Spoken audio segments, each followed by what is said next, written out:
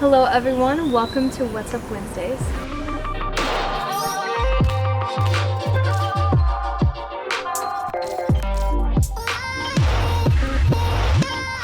Hi everyone, welcome back to What's Up Wednesdays, a weekly video series to talk entrepreneurial advice for startups, travel tips and hacks to travel better, and overall motivational advice to get you through your week.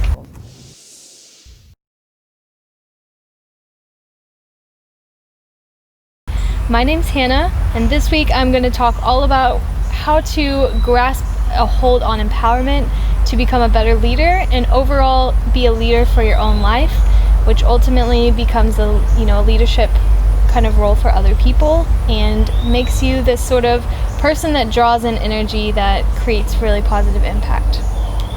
So this week I'm talking all about empowerment and the ways that you can harness this kind of energy to become a better leader in your own life, and how you can be a better role model for the people around you. This week I'm coming from a beautiful park in Independence. It is dreadfully hot in July, so I thought this topic was fitting because I'm really learning to harness my own power within me, and the heat kind of draws that fieriness inside of me a little bit more. And I've been getting a lot of intel and just sort of insight from the videos I'm watching on YouTube and the people that I follow and look up to and really admire. And this theme about empowerment and leadership has really come into play a lot more lately.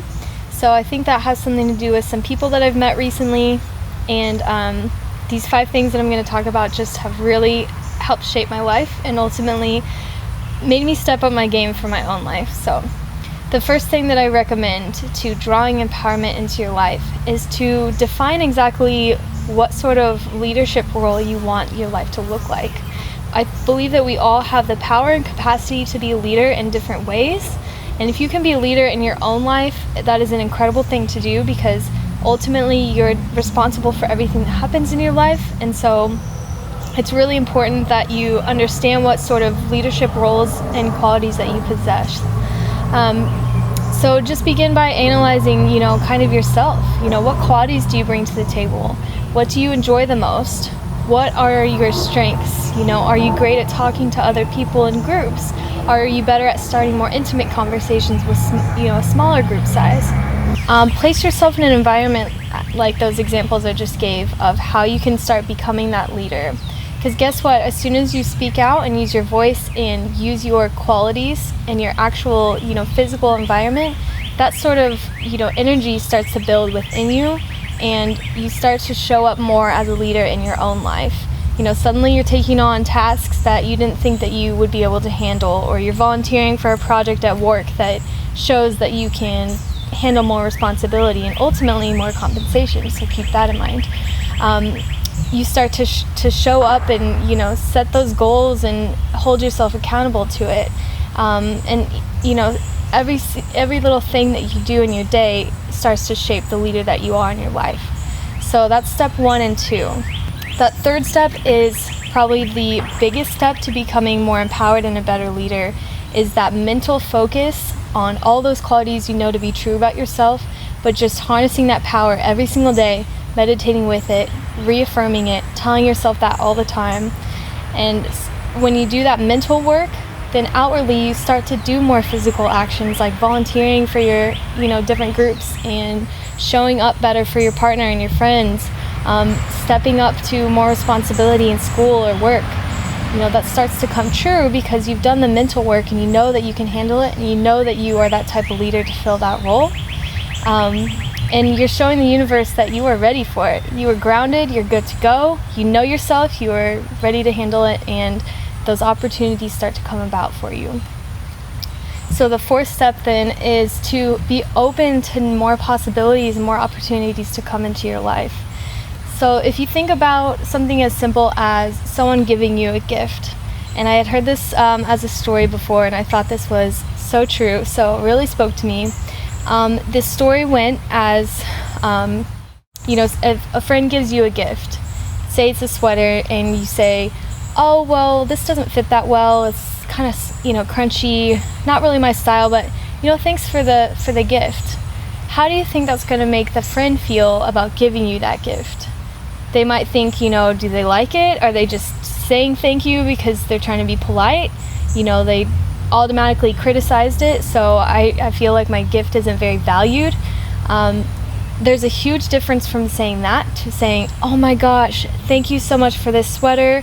This is the most perfect color. I love the way it feels. I am so thankful that you thought of me to give me this sweater. Thank you so much. That to me is so much more genuine and authentic, and it's expressing outwardly that gratitude from within. And then personally, it feels very empowering to be gracious and thankful for everything. Just expressing gratitude is so empowering, and it really starts to build that energy up. And that's the same thing with the way that gifts and opportunities come about. So when you begin to express that inwardly and start interacting with your environment in a more empowered way, and start to show up as a leader for yourself, putting your arms outward and being open to any possibilities or gifts and opportunities that may come about is going to draw in that energy that is accepting. It's going to bring in more chances for you to accept a leadership position or to accept a path that feels empowering, that builds you up. When you're asking for energy that is going to empower you and build you up as a leader, that sort of opportunity comes about. And being open-armed and thankful and expressing gratitude for every little gift that you're given allows even more opportunities to come in. So it's more so tapping into that energy and being open to the possibilities of what happens when you do that. So the fifth and final thing that I would recommend to drawing more empowerment into your life and becoming a better leader for your own life and for others is just to ask directly for what you need. So I'm going to say this in a different way. Be very specific about what your goals are and what you're asking for. So it's not enough to just say, I want to be a better coworker. Well, how do you want to be a better coworker? Do you want to show up earlier? Do you want to come in and impress your boss by taking on extra projects? Are you going to teach yourself a different skill? Are you going to do some more online assessments or something like that to branch out your skills within the office? If you're in school, are you going to take on extra courses, or are you going to diversify your grad program and maybe switch up a minor or something like that? Within your relationships, are you going to do more acts of service or be more present, give more time, devoted to that person rather than other distractions? How can you be specific about what you're asking for? That is really the key to harnessing that empowering energy, because if you have a very specific goal in mind and answer that question firmly, that energy is going to build up in so many ways, and guess what? That opportunity is going to follow. I promise you that will happen.